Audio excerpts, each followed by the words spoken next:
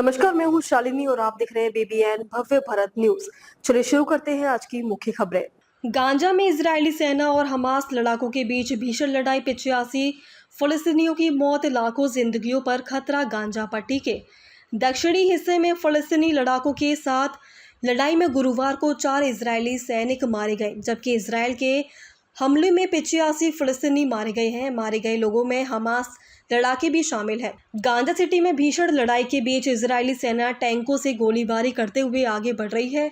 गांजा के सबसे बड़े इस शहर की दूरसंचार व्यवस्था भंग कर दी गई है।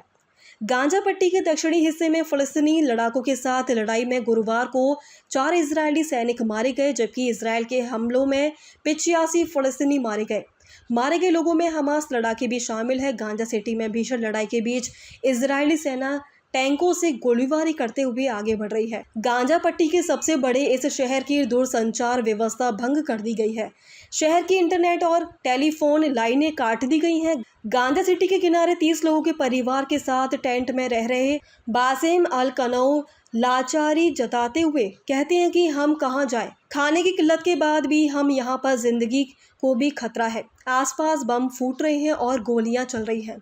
हर मिनट जान का खतरा बना हुआ है। इजरायली सेना के प्रवक्ता ने बताया कि वायुसेना में सहयोग से और टैंकों की अगुवाई में सैनिक गांजा सिटी में प्रतिरोध को कुचलते हुए आगे बढ़ रहे हैं। अब हम हमास को हराने का उद्देश्य लेकर आगे बढ़ रहे हैं। हम हमास पर इतना दबाव बनाएंगे कि वह इजरायली बंधकों को रिहा कर दे।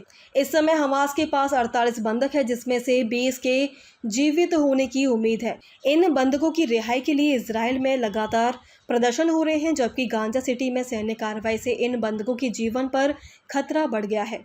इजरायली सैनिकों की कार्रवाई के चलते गांजा सिटी को कई लाखों लोग छोड़ चुके हैं, लेकिन लाखों लोग अभी भी शहर में हैं।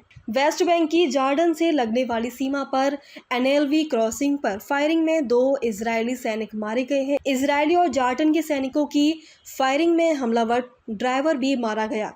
ये ड्राइवर फलस्तीनियों के लिए राहत सामग्री लेकर जॉर्डन से आ रहा था। इसी दौरान क्रॉसिंग पर उसने छिपाकर लाए हथियार से वहां तैनात इजरायली सैनिकों पर फायरिंग कर दी। इजरायली सेना ने इसे आतंकी हमला बताया। एक अन्य घटनाक्रम में इजरायली लड़ाकू विमानों ने गुरुवार को लेबनान में हिजबुल्लाह के ठिकानों पर हमला किया। इस हमले में हुए जानमाल के नुकसान का पता नहीं चल सका है। तो अभी तक के लिए इतना ही। मैं शालिनी आपसे विदा लेती हूँ। अगली खबर में फिर मुलाकात होगी एक और खास खबर के साथ। तब तक के लिए बने रहिए बीबीएन भव्य भारत न्यूज के साथ। नमस्कार।